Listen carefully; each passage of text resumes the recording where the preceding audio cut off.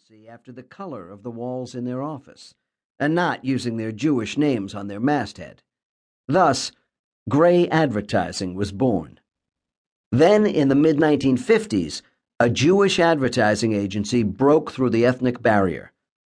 Doyle Dane Burbach's campaign for advertisers like Volkswagen, Think Small, Lemon, and Levy's Bread, you don't have to be Jewish to love Levy's, changed the advertising business. Doyle Dane Burbach made distinctive advertising that had attitude and respected the consumer's intelligence. They sold products with ads that had humor, bold language, and layouts with sharp, clean, and stylish design. It opened the door for a totally new kind of madman. By 1961, when I got my first copywriting job, my kind were suddenly in demand. The creative revolution had begun.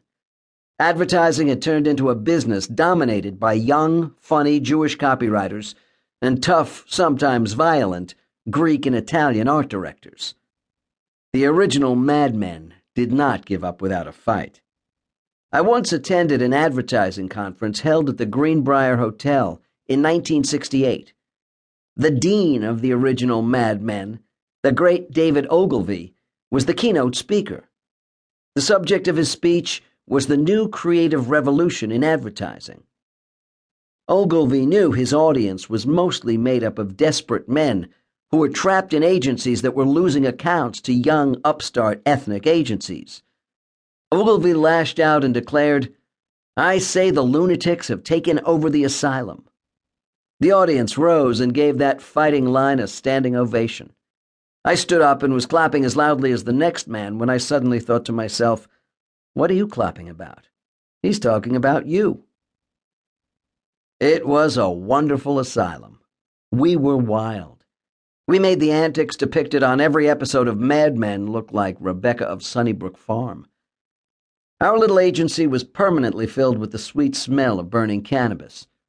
Life was easy back in the days before human resource departments controlled business, and someone decided we all should be politically correct.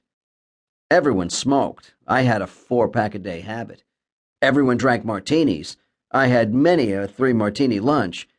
And everyone screwed around. In the business world of the 1950s and early 60s, sex was a forbidden subject. Everybody did it, and no one talked about it. But by 1965, the sexual revolution was on, and the advertising business went wild. I encouraged it at my agency, because nothing got creative people to come in early and leave late better than the prospect of sexual adventure. In 1967, when I opened my ad agency, Jerry Della Femina and Partners, a group of us started an agency sex contest.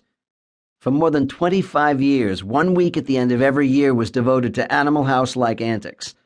This was, until today, the best-kept secret in advertising. Thousands of people took part in the agency sex contest. The contest had everyone in the agency voting anonymously on paper ballots for the 3 people they most wanted to go to bed with. They were also asked to vote on the person of the same sex they would consider going to bed with.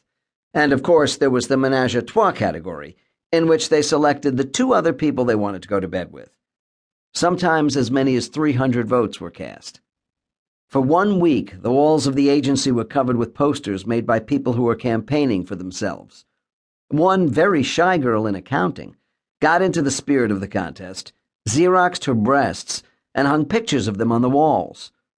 Another young account executive had as her slogan, "Vote for Amanda," not her real name. Like Bloomingdale's, "I'm open after 9 every night."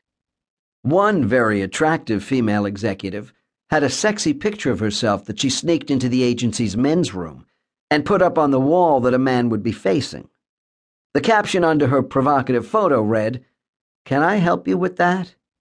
This almost caused a disaster when a rather priggish client called and said he was on his way to visit the agency. In the hour before he arrived, we feverishly took down every campaign ad. Then, in the course of the meeting, the man excused himself to go to the men's room. After a few minutes, I let out a scream. We had forgotten to take the campaign posters off the men's bathroom wall. The client returned ashen-faced. He never said a word about the signs,